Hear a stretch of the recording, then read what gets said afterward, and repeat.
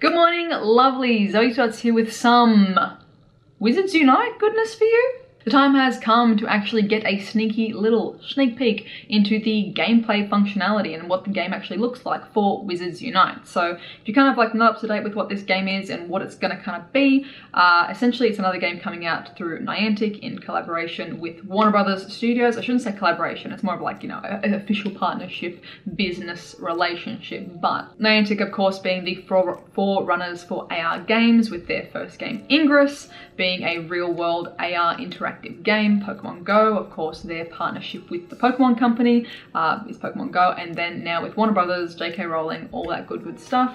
Wizards Unite will be coming out in 2019. So this video is going to be a little TLDR of the kind of update that they've just dropped in the last few hours for Wizards Unite, a little bit of gameplay footage, and then a couple of recommendations of who you need to check out for Wizards Unite content. So straight off the bat, like honest confession here, I really enjoyed the, you know, Harry Potter movies. I love fantasy and wizards and witches and magic and things like that. I never read the like original Harry Potter books. I never read the Harry Potter books, full stop. I was like, I don't know, maybe not a smug child, but I was a very advanced reader when I was about, I think 11, 12 was when like the Harry Potter kind of thing started to kick off. End of my primary school, going into high school was when Harry Potter was massive. And for me it was like, I'm not into childish wizard books and magic things. But I was just, honestly, I was reading like James Patterson murder novels and stuff when I was 12. Probably a bit too young to be reading that, but that's kind of what I was more into. But I really loved, you know, obviously all the magical elements of the Harry Potter universe, and I preferred kind of consuming that through the movies. So I know I have missed quite a bit of like the Harry Potter lore and fantasy and things like that by not reading the books. So I mean, likely I'll cover the game when it comes out for a little bit. I'll probably play it on the side as well, but I want to direct you guys to the people who are the Harry Potter like fanatics, the people that are hardcore into the wizarding world, into Hogwarts, into everything that you need to know about Wizards Unite if you are also into Harry Potter massively. So stay tuned to the end for some recommendations. But basically, if you don't know the general concept for the Wizards Unite game, it's not going to be like Pokemon GO. You're not going to go out there and like, oh, I'm going to catch the hippogriff with a curveball or things like that. It's the storyline is based around a calamity,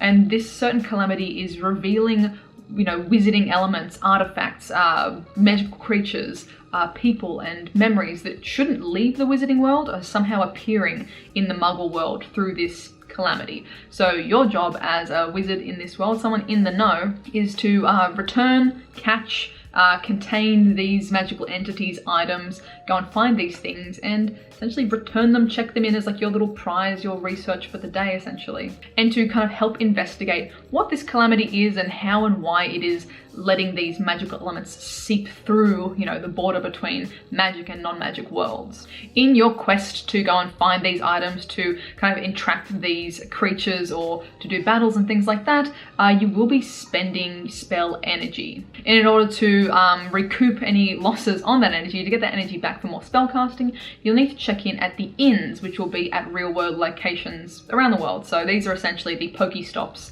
will be inns in Wizards Unite. So go and check in at the inn, get some food, some drinks, some items, and ingredients. So it sounds like there's going to be some sort of item crafting, potion crafting perhaps as well, for things that are going to be used within the game. And it says here as well, besides these inn locations, it sounds like that just in the real world, depending on location and weather, you'll be able to find other ingredients and things kind of scattered around the map. So I'm not sure if this is literally, you know, things dotted on the map like you might see a Pokemon dotted on the map, or if they are more of like a real world encounter, like perhaps you go past the art gallery and the game knows that you're in that sort of location, so you are rewarded with certain items without maybe, you know, checking in at the inn. We'll have to wait and see. As well, the new gameplay shows some Portkey locations, so certain locations that can be opened up to experience a full 3D AR kind of immersion. So you're seeing the entirety of Ollivander's wand shop, or perhaps seeing the entirety of Professor McGonagall's, like, you know, study and things like that. So I'm curious to see if there'll be other interactive elements within these, like Portkey, kind of like portals to other pockets of the wizarding world, or if they're just going to be, you know, purely to kind of see it and experience it. My guess would be that there'd be some sort of other interaction within those kind of connections that are made. Another element of the game that is mentioned is fortresses. So these are essentially going to be like the gym equivalent of Pokemon Go, where you'll be battling against strong foes or Dementors or Death Eaters and things like that. And it does mention as well that you should take your friends with you because you don't want to face these challenges alone. So we can kind of see the similarity in wording here to raids in Pokemon Go. You can't take on a Latias yourself, you need to have some friends with you to help take that one down. So it might be a bit tricky to take on Voldemort solo, so you might need a couple of mates to get in there and help you out. Which is really good to see that they're already focusing on collaborative and cooperative play in Wizards Unite. One other thing that has been seen as well is a skill tree. Something mentioned in this original post as well is kind of specializing and leveling up certain perks or focuses on certain magic areas. So things like auras, magizoologists, and professors are all going to have different benefits and different perks and different skills in the game. So this is really cool to actually see a really detailed skill tree in a mobile game, in like a AR game as well. Like this is incredibly detailed. If you've ever played intense like JRPGs or any of the old Final Fantasy games, like oh my goodness, those skill trees are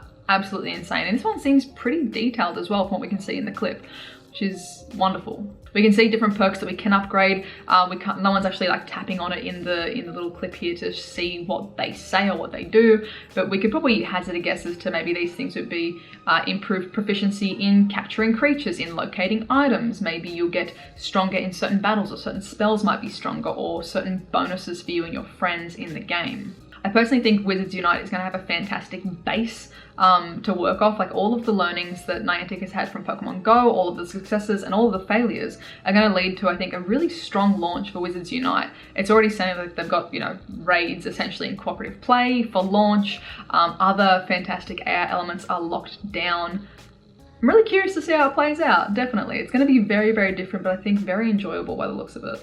And so, as I mentioned before, I am not the foremost knowledgeable person on Harry Potter, on the wizarding world. I love it, I enjoy it, I like to kind of observe it from the sideline, but I don't know everything about it. So here are my recommendations for some lovelies to check out who have already been making Wizards Unite content, I mean, since the game was announced. They've covered just about every trailer, any sort of like leaks or potential rumors. They've made some seriously creative videos of their own as well, making their own fan-made trailers and things like that for Wizards Unite in the same kind of like feel of the Pokemon Go trailer.